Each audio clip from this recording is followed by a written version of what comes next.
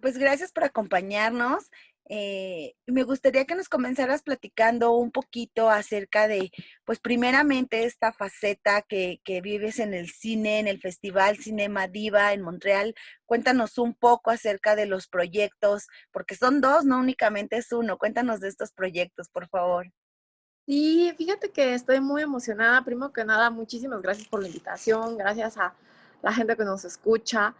Y pues sí, como dices, estoy súper contenta porque soy la única mexicana que participa en este festival en dos proyectos fílmicos en el Festival Cinema Montreal, Cinema Diva Montreal, Puerto Vallarta 2020, que es dirigido por Rudy Salazar. Ya lleva 6 años este festival.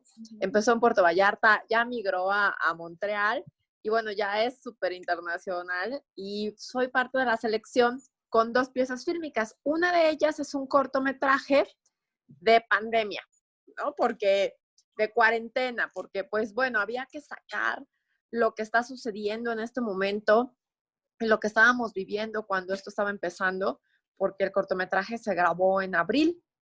Entonces, en abril de este año, por supuesto, y entonces básicamente pues se llama La cuarentena es bella, intentando darle la vuelta un poquito a todo lo que significa pues todo el encierro que tenemos y seguimos teniendo, sobre todo en ciertas ciudades, ¿no? Entonces, se llama La cuarentena es bella y me permite concursar en Montreal en el Festival Cinema Diva 2020. Y por el otro lado, como actriz, porque en el cortometraje, pues como buena cuarentena, me toca dirigir, escribir, actuar, todo, ¿no? Nada más Sí. el catering y el papel de baños de mi mamá. Pero fuera de eso, todo lo hago yo. Y afortunadamente el año pasado, en la escuela del maestro Luis Felipe Tobar, en el set, habíamos hecho una pieza fílmica que se llama Campo del Cielo, en el cual hago un personaje de reportera, de conductora, que doy la noticia principal de lo que le sucede a los protagonistas, que son unos influencers a los cuales secuestran. Y entonces me toca dar esta noticia con este personaje de conductora y se llama Campo del Cielo esta pieza fílmica. Y pues estoy ahí como actriz en la parte de también del Festival de Cinema Diva Montreal 2020. Súper contenta porque soy la única mexicana en dos piezas fílmicas allá. Ahorita que mencionas de este corto de cuarentena, de las cosas bonitas, ¿no? De darle la vuelta a la página, ¿cuáles serían algunas de esas cosas? Porque obviamente la mayoría estamos viendo lo malo, lo que nos ha dejado este encierro. ¿Cuál es la visión que tú tuviste en este documental para proyectar esa otra parte? Es que es imposible no ver lo malo porque no nos gusta, o sea, es obvio, pero, y tampoco se trata de evadir, sino se trata de usar la creatividad de la imaginación y apapacharnos un poquito porque eso alivia la cuarentena. Entonces lo que yo hice fue convertir la casa en hotel. Y entonces eso me permitía pues poder ir al spa, ¿no? Hacer un tour, eh, desayunar cosas, a lo mejor tomar un líquido que yo llamé locura de cuarentena, que es agua de limón de cáscara con más vitamina C. Y entonces yo decía, wow, pero lo tomaba en copa. ¿Por qué? Porque a veces no nos hemos dado cuenta, hasta que estamos encerrados, que no usamos nuestras mejores cosas Ujú. hasta que hay visitas, en lugar de usarlo para nosotros. Sí, dije, pues yo soy mi propia visita en esta cuarentena, voy a consentirme. Entonces saqué mis mejores copas, la mejor vajilla, la mejor comida, el papel de baño. Tenía estos dobleces que te ponen en los hoteles Ah, para poder, pues estaba yo en un hotel, estaba usando mi imaginación y me estaba queriendo papachar sobre algo que, pues bueno, a nadie nos gusta estar encerrados. ujú. Es una, ahorita que lo mencionas, pues digo, una idea bastante padre que sobre todo también muchos pueden aplicar todavía porque creo que todavía vamos un poquito para largo en este tiempo, ¿no? Sí, tristemente seguimos pues con toda esta tragedia que realmente, si te pones a ver, no se trata de evadir, se trata de intentar aliviar un poco la tensión que nos causa todo esto a lo que nos estamos enfrentando, esta nueva normalidad que pues muy normal no tiene y nuevo sí es mucho. Entonces, cuesta trabajo mm, pues no estresarte. Y entonces por eso yo creé un hotel en mi casa para poderme apapachar y poder dar. Y sobre todo para poderle hablar a mis seres queridos desde otra perspectiva para decirles, les te amo. Porque no es lo mismo hablarle desde tu casa, tenso, y decirle, oye, esto está de la fregada y no te puedo ir a ver porque te puedo contagiar, que es horrible, eh, a, ¿sabes qué? Estoy saliendo del spa y te quiero decir que en cuanto pase esto, quiero ir a abrazarte sin que haya ningún riesgo para ti y te amo, abuela, ¿no? Entonces, hay un personaje ahí que es mi abuela que ya no escucha muy bien y entonces es complicado por teléfono decirle todo lo que le quieres decir, pero se logra. Claro. Además de esto, también platícanos un poquito de, pues, ¿qué representa para ti el hecho de ser la única mexicana mujer y sobre todo, pues, que no es uno, dos, ¿no? Pocas veces vemos, pues, este tipo de logros como el que tú has obtenido en con estas dos proyecciones. Pues a mí se me hace que es una bendición. Entre, creo que tiene que ver mucho con la frecuencia. Yo hice con muchísimo amor y me divertí muchísimo haciendo La Cuarentena es Bella. Y no se diga el amor de todo el crew en Campo del Cielo el año pasado, porque esta pieza fílmica se hizo, es idea del maestro Luis Felipe, y se hizo para celebrar los 20 años de la escuela, el set que tiene. Y se presentó en la Cineteca Nacional. Y no sabes el cariño, el amor, la diversión, claro, también el estrés, cuando se grabó. Entonces yo creo que tiene que ver con la frecuencia vibracional de, pues cuando lo haces con tanto amor, tanto cariño, tanta diversión, pues sale algo maravilloso, gusta, y a veces es necesario y ayuda a aliviar la tensión que tenemos y entonces, pues básicamente se logran estas cosas como estar al mismo tiempo en dos piezas fílmicas en un festival que la verdad, pues es maravilloso estar ya en un festival internacional. Yo siento que es una gran bendición. Claro.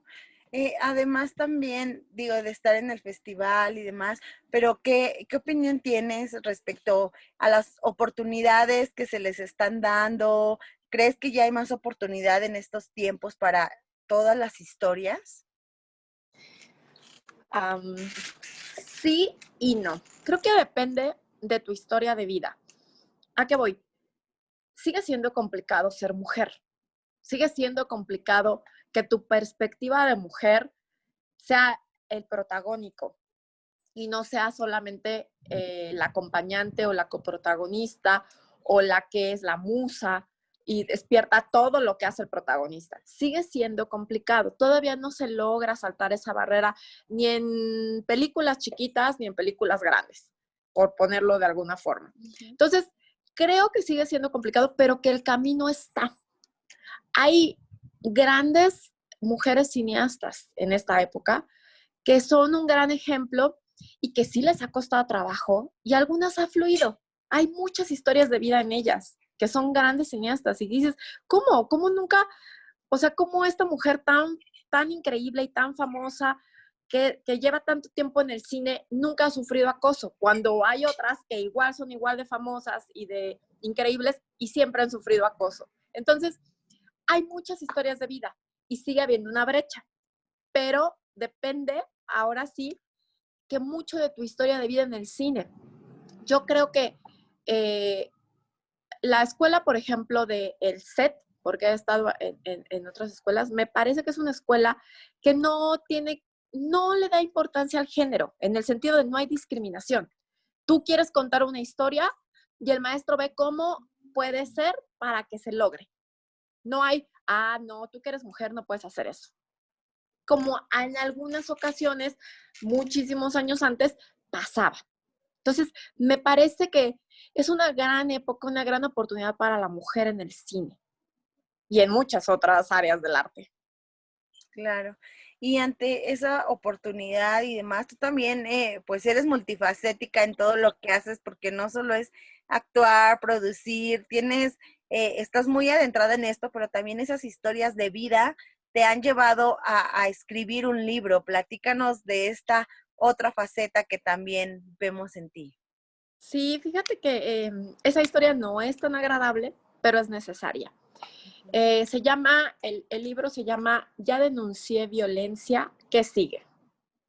Y pues es un relato corto basado en hechos reales, en algo que me sucedió sobre lo que se llama violencia familiar equiparada, que es la violencia que conocemos tanto de género como intrafamiliar. Y básicamente habla de que cuando llegas o tienes una relación de estas que ahora llamamos tóxicas, pero que en realidad son violentas, y denuncias, crees que ahí acaba todo por denunciar, pero no, está empezando.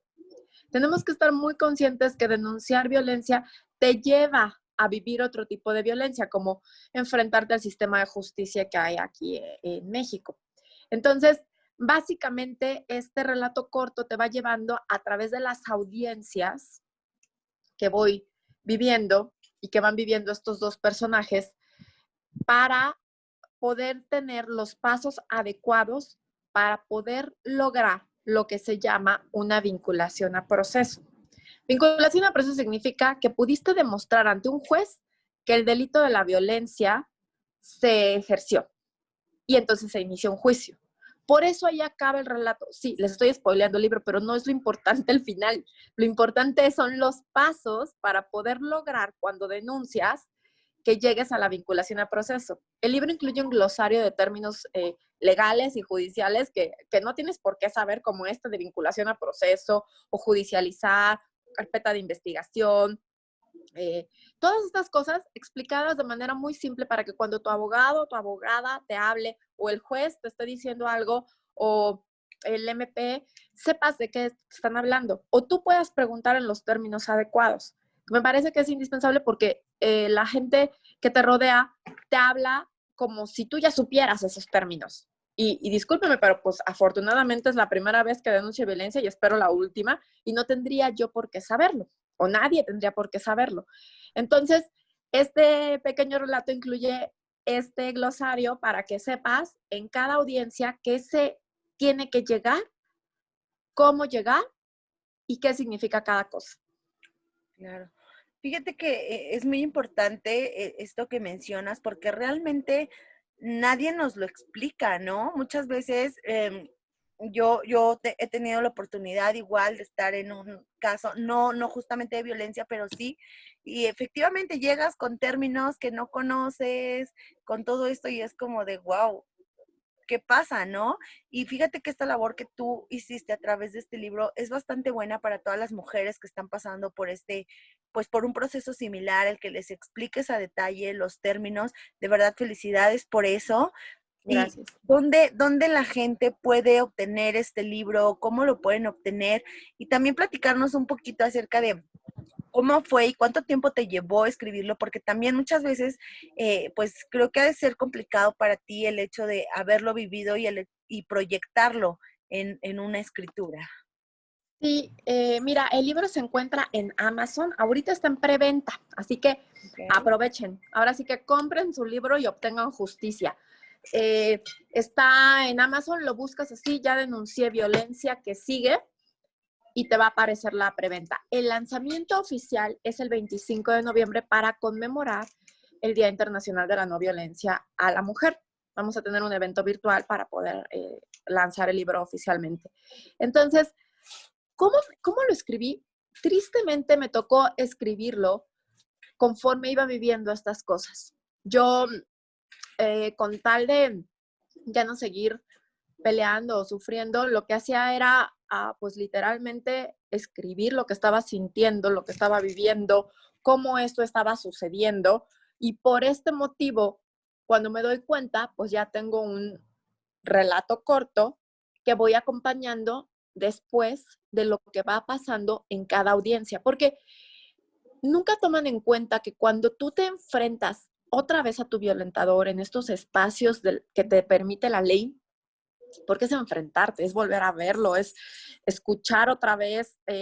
Y aunque estés rodeada de gente, sabes, conoces las miradas de esa persona que te violentó y sabes qué está pasando en su mente y sabes y lo vulnerable que puede ser.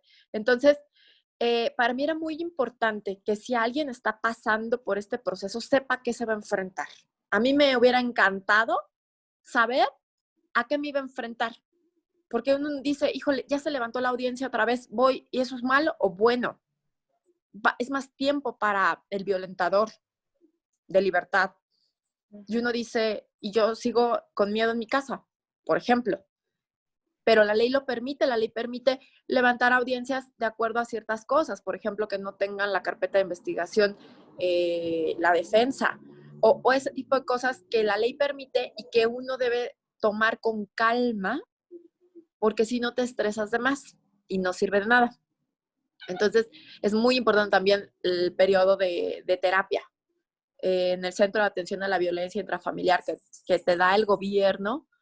Después de que te aplica una prueba de peritaje psicológico, deciden cuánto tiempo de terapia tienes que asistir y cuál fue el daño. Y te ponen con mujeres que tuvieron casos de violencia similares a ti. Eso es muy importante, porque entonces, uno, no está sola. Dos, te das cuenta que no eres la única, porque generalmente la pregunta que más te hacen es, ¿por qué aguantaste tanto? ¿Por qué estás ahí? Y uno no sabe qué contestar hasta que aprende que es un ciclo de violencia, que no es fácil de parar, que hay una codependencia, una manipulación, un control, y entonces eso hace que muchas veces no puedas salir de ahí porque crees que no puedes salir de ahí. Ujú. Claro, esto es muy importante y cómo también en toda esta parte, al haber escrito este libro, al dedicarte al cine, actuación y demás, también de qué manera has crecido tú como persona, cómo te sientes ya en estos momentos y cuáles son parte también de los nuevos planes, de los nuevos sueños a cumplir. Quizá este año estén todavía un poquito parados, pero ¿qué más viene para ti? Pues mira, el libro fue un gran reto porque no es fácil decir y aceptar tu error, pero es mucho más complicado y difícil morir a manos del error. Entonces, no. Yo prefiero decir, sí, la regué, sí, no me di cuenta, pero ya salí de ahí y estos son los pasos a seguir para poner el alto.